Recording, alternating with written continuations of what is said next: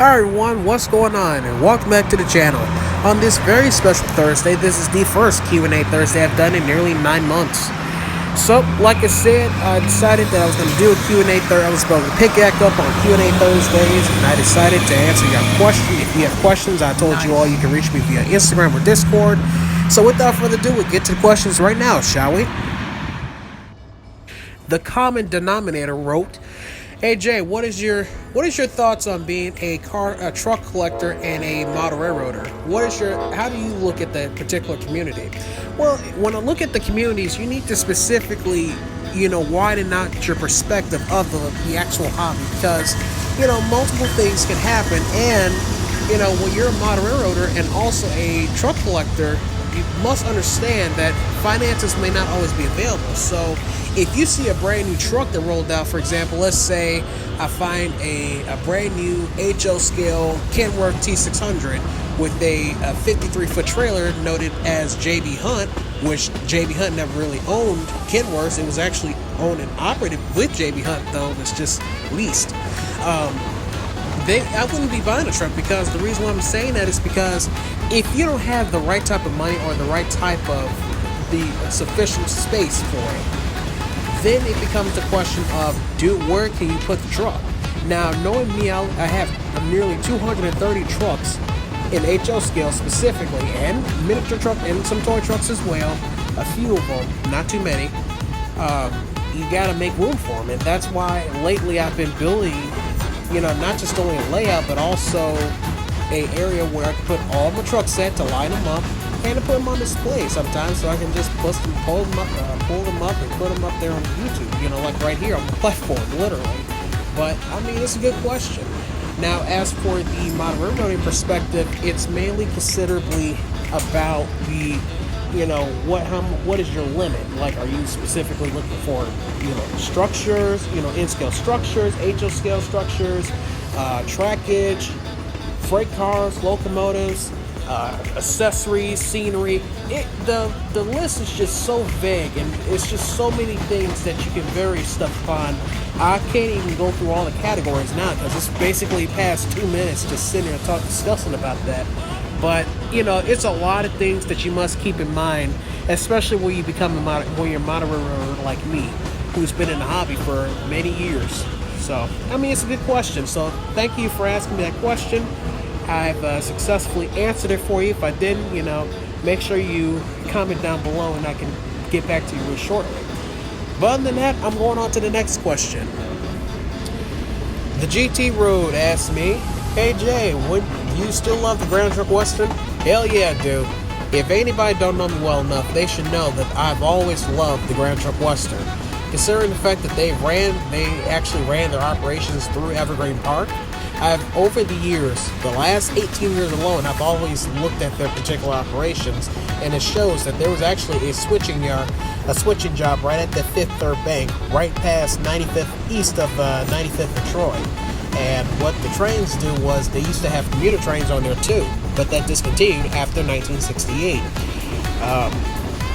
Most of the trains were autoracks, intermodals in some cases, and also just regular freight. And they used to go through the Elston Yard every other day, passing, taking boxcars off their train, and either going straight into Marina Railport Yard, which is another big one. And they've done that for so many years until probably about the late 2000s, probably about 2008, 2009, because after they acquired the EJ&E, which is the Elgin, Joliet, and Eastern, I believe. Correct me if I'm wrong. They've moved almost 110% of their traffic to the other subdivisions, because because now they're able to switch on to a different subdivision or a different railroad line. So, like I said, nowadays trackage on the Grand Trunk Western Delta, the subdivision, is very limited, and I do not see too many CN trains that much anymore like I used to 10 plus years ago. But that's your answer and your response. Thank you for asking the GT Road, and yes, long live the Good Trek Road. Now to the next question. I reserve parking stated, hey Jay, when do you plan on doing more documentaries and reviews in the near future on this channel? Well, I reserve parking. I would like to tell you that it will be done in the future, but I have to do all of the research and all of the stuff that needs to be done to it, and ensure that when I do this review, it is done properly. Because if you look back at the previous video of the 1991, the CTA's 1991 TMC RTS, the video came out really good, but like I said, it has a little flaws up in there, such as the audio. The Tower Ladder 34 CFD asked, "Hey Jay, do you love the Chicago Fire Department?" And the answer is a yes, but like I said, if I had to narrow down 3 of my top favorite fire trucks of let's say about the 80s and 90s, one would have to be the 1988 E1 Hurricane 1500 pumper. Now the pumper was a little bit unique compared to the actual truck itself, because the truck and the Tower Ladder as well were primarily two different trucks. You're talking about for the actual truck, it wasn't as tall as the Tower Ladder was. The Tower Ladder is mainly used for high-rise buildings such as skyscrapers and as well as a few other areas, but the trucks itself is mainly for buildings that are 2 or 3 stories high, and in some cases maybe even 5 stories high. It depends on the actual equipment that's used and how large is the truck.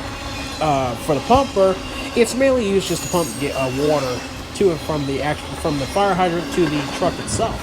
But it would have to be all 3 trucks are 1988 models, while the other 2 units, which is a Seagrave Marauder that CFD still uses today, is mainly just used as spares and rigs that just has diamond plates on them, which just looks ugly to me.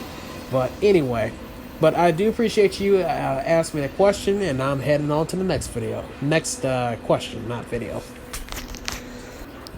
EF53 asked, Jay, do you still love trucks? Yes, I do. Tommy Boy wrote, hey Jay, whatever happened to that Jeep Liberty that you plan on buying way back in the summer 2020? That car ran pretty good, but the AC compressor had went out in it, and basically the owner wanted 3100 on a particular vehicle. But if the air compressor is out in the car, then there was no deal for me, because I can't use the AC. That's the problem. Now, of course, many of you might say I could go to the junkyard and grab it, but I don't feel like doing all that. That's a lot of work. But thank you for asking the question, and now here's the final notes from our special sponsor. Shortly after all the questions were answered, I specifically wanted to make a special announcement to all of you, so here it is. Good boy. So like I said, I appreciate all of you for participating in Q&A Thursdays. There's so many questions that all of you guys have that I was not able to literally put all the questions up in there. But like I said, if I didn't get to your question today or for this particular Q&A Thursday, it's alright, because I plan on doing multiple Q&A Thursdays from now on until who knows when. Make sure, as I've always told you, you can, if you have any additional questions that you want me to answer and put it out for a Q&A Thursday, just you know where to find me. You can find me under the Discord app, and as well as the Instagram links. The Instagram links are on this link down below when this video is playing. I appreciate all of you guys watching. Be sure to like, comment, subscribe. I will catch you on the next video, and as always, long live the Good Trek Road. TheQualityJ signing off.